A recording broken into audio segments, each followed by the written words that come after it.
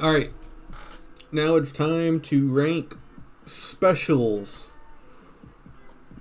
Again, 3 tiers. It's not that complicated. But the more interesting thing I want to talk about is more so how to improve specials. You can talk about whatever mod is out there, but I'm probably not going to find it because no one who does mods. Dude, it's so hard to find a mod where someone just changes like one thing and doesn't start changing like 4 different things at one time that you don't also want. But yeah, best special stat, good special stats, bad special stats. All right. You know what?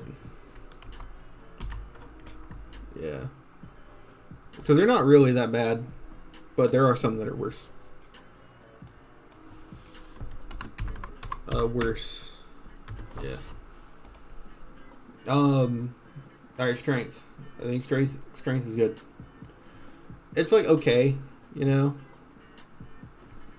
Obviously, carrying stuff is important, and weapon requirements are important. You're only raising strength for melee builds for Oh Baby, energy weapon builds for Spurtle Wood, or guns builds for the C57 anti-materia rifle, right?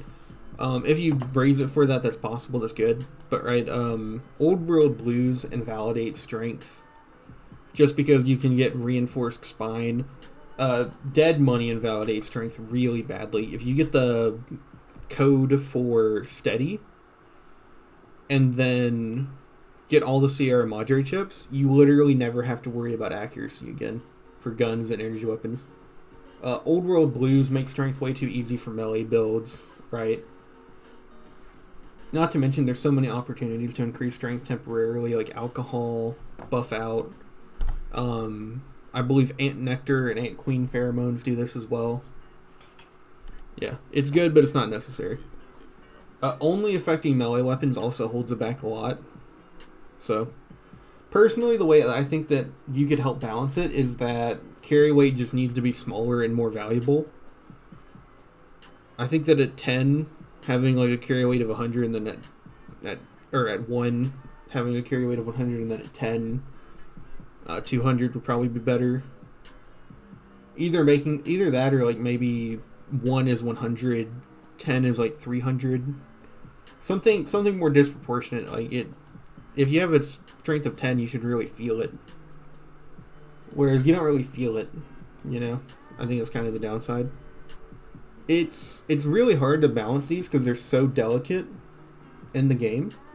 But I think that's my idea. Perception is bad. If it weren't for the fact that better criticals needs perception, you could dump perception every run. Like you need it at 6 for sniper, 6 for better criticals, and 7 for hobbler. And those are like the only ones where it's worth it. It's really terrible. It doesn't affect VAT's accuracy very much for some reason.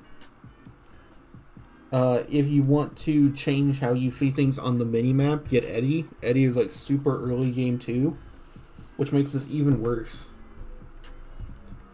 Beyond that, the only thing is that perception affects lockpicking. So it's good to temporarily raise perception for that. But, you know, personally, I don't know how to even change it. I think the biggest thing would be to make it greatly impact, like positively or negatively, your VAT's accuracy. And just make it so that like a perception of 10 is like a dead eye, you know, is like a good shot. And then a perception of 1 just like can't hit anything. Even if you have like 10 agility, you're just like gonna miss shots like at point blank. Something more comical like that. I also know how it would change agility immediately, so I don't think that having high perception would break VATs too bad. But yeah. Endurance is probably the GOAT. Endurance affects your environmental resistances, which I think that's your poison, radiation, and fire resistance. Because you actually do have inherent resistances to all of those, and it's determined by endurance.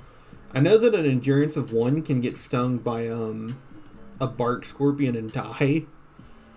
At earlier levels, it's like pretty crazy. It's insane how much endurance weakens you to that. The health difference is also staggering. The biggest thing, though, is that endurance is tied directly to your implants. So endurance affects how many implants you can get. At an endurance of 7, all of your special stats are just going to be raised by 1 as long as you get the implant. So obviously we have to nerf that. I don't know how to, though, and I don't know if I want to.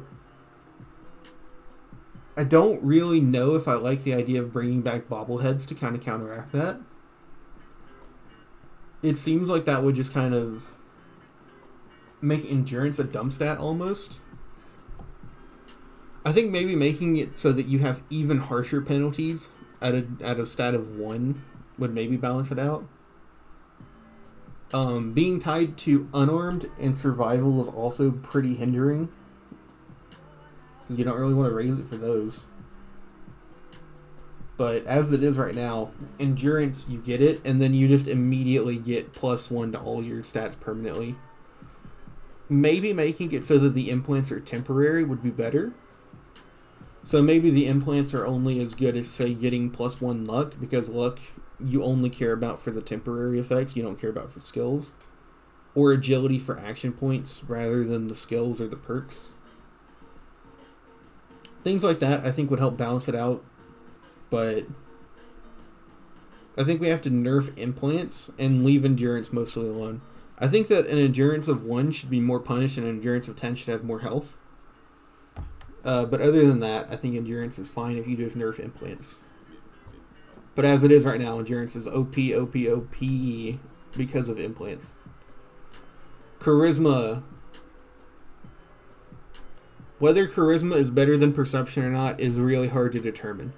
The thing about charisma is that it affects some of the best stats in the game, speech and barter. It has the strongest effect, because a charisma of 10 makes it so that Boone can just drop Death Claws. However, there are no penalties for going to 1 charisma. There are literally no penalties. Immediately, speech and barter are lower, yes. However, we talked about in another video, you can literally just raise charisma with skilled, and then you counteract it for the most part. Skilled and good-natured means you still start off with more charisma than 5 charisma, even at 1. So there's no downside. Not to mention your companions, you can jack them up with beer, party time, mentats. I believe one of the ant nectars does it too, raises charisma. But yeah, you can get the sheriff's duster, the bounty hunter's duster, the T-51B power helmet. It's not at all that hard to raise charisma. And doing that for your companions is worth it. Doing like a power armor build with more charisma, beer, mentats, I already said all that. But the temporary raise is enough to still make your companion strong. And even add a charisma of 1, which is probably going to be 2, right? Because of endurance? You are still shredding through things on your own, and your companions are more like watching your back. So even at a charisma of 1, your companions are still strong enough. Personally, the way that I think that they need to fix charisma is either make charisma inherently tied to how many speech checks you can access. So this is one of the harder ones to implement. But maybe make it so that people's disposition of you is impacted by charisma and reputation. But then that creates a whole can of worms if you try to go around that route. You can have a speech of 100 but not be able to convince someone because they won't even talk to you in the first place. Shit like that would be really frustrating. It would also help balance speech, but I think that's one route. Personally, the route that I would go would be to have unlimited companions in the base game without the Veronica glitch. And then make it so that charisma either affects which companions you can have. For instance, I believe Eddie has 0 charisma or something. It makes sense that you could recruit him no matter what because he's a robot. But someone like Arcade has really high charisma, so you would need very high charisma to recruit Arcade. to actually make him like you, right? Something like that, I think, would be good. Making something like someone like Cass or Arcade much harder to get than like Boone or Rex, you know? The Fallout 2 system would also be pretty good. Having it be that at a charisma of 0, you can't have any companions. Like 1 being Eddie, 2 Rex, you know, all the way up. And then maybe at 10, there's like an extra companion added to help balance for that, or maybe then at plus 10, they get the companion nerve boost, which makes them even stronger, you know? That's one possibility. But as it is, you can dump it and there's no repercussions. At least perception, you need to have high for perks. You need to have high for sniper, which is really good for accuracy, and then better criticals, which is insane for crit builds, and crit builds are overpowered. So I think perception at least is more necessary. But charisma, you don't even have to dump. Like, you don't even have to keep decent. You can just dump it. It's like completely good. Intelligence is overrated, incredibly overrated. I think that intelligence is really fun to have high for like conversation. You get away with so many things in conversation and dialogue by having high intelligence. But honestly, having high intelligence kind of ruins the game for me. Like, you get out of so many situations where your skills aren't high enough because of intelligence. Your skills get high way too quickly because of all the extra points. It's not really fair. Not to mention having your repair, medicine, and science higher early is also really powerful, especially repair and science. I think the way that I would do it, if I were to change it, would probably be to fix it so that intelligence didn't determine how many skill points you got, because skill points have to be changed anyways, right? Probably cap your skill points. Just make it so that everyone gets 10 skill points when you level up, and you can only change that through educated or comprehension, right? And then make it so that intelligence determines how quickly you level up. This would make it so that you don't necessarily... It would make it so that intelligence would get you more skill points quicker, but it wouldn't get you more in the long run. Which I think is would kind of help balance it.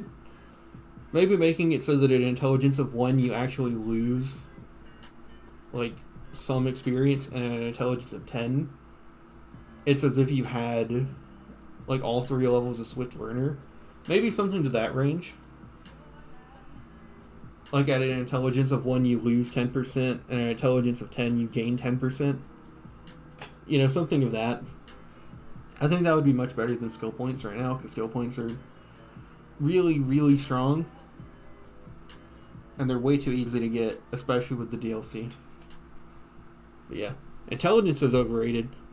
You only need intelligence for Pack Rat. That's literally it. If it weren't for Pack Rat, you can dump it. So if you do like a melee weapon or unarmed build where you're not going to be using ammo, it's actually good to dump intelligence with charisma. The most powerful build is to do... Actually, there is one build where you can dump like 4 stats, and that's melee weapon without crits. Because you can dump charisma, perception, intelligence, and luck. Although at that point, that's unnecessary, because you max all the other ones, but whatever. Agility, really good. It doesn't really matter that it affects sneak and guns. It only matters for the negative downside of so many things lose you agility, which impacts your gun skill, but that's not that bad. Agility gives you a good amount of action points. The difference from 5 to 10 is already pretty noticeable in the base game. Personally, I would change it so that agility is your stamina bar and it changes how you can sprint. I don't know how to balance all of combat around this, but man, you just walk too slow. Either that or having it be something like at an agility of 1, you move like normal. Agility of 5, you move like travel light, and then an agility of 10, you move like speed cripple. You could do it at something like that, and then just reduce the amount of action points you get from agility. Finally, we have luck. Luck is like right here. Luck is second only to endurance. Luck is incredibly powerful. If you get luck at 8 and then raise it to 9, you get bonus to all your skills. Luck allows you to get critical hits incredibly often, even at just 9 or 8. Luck has some of the better dialogue options, like with Repcon. It bypasses a lot of skill checks. Luck helps you with gambling, which can break the economy and the pace of the game if you want it to, which is really good. But yeah, just crit builds in general are just insane. Honestly, I think luck is completely fine where it is. Because it really is fair. At 1 luck, you always have 1% chance to crit, and then at 10, you have 10. It's pretty significant. The only thing I can think is maybe to take out skills altogether from luck, so that luck is a little less powerful and you feel it more when you don't invest into it, or when you invest from something else into luck, so that you have less skill points at the beginning. But yeah, that's personally where I would leave it. But yeah, this one was fun. I streamed it live on Twitch. That's Nick is a Neat. I tweet on Twitter. It's Nick is a Neat. And I have a VOD channel for VODs. We recently did Fallout New Vegas Permadeath, and I did the whole run by using the Gatling laser. Yes, of course I did. But yeah, that'll be it for this one. Bye.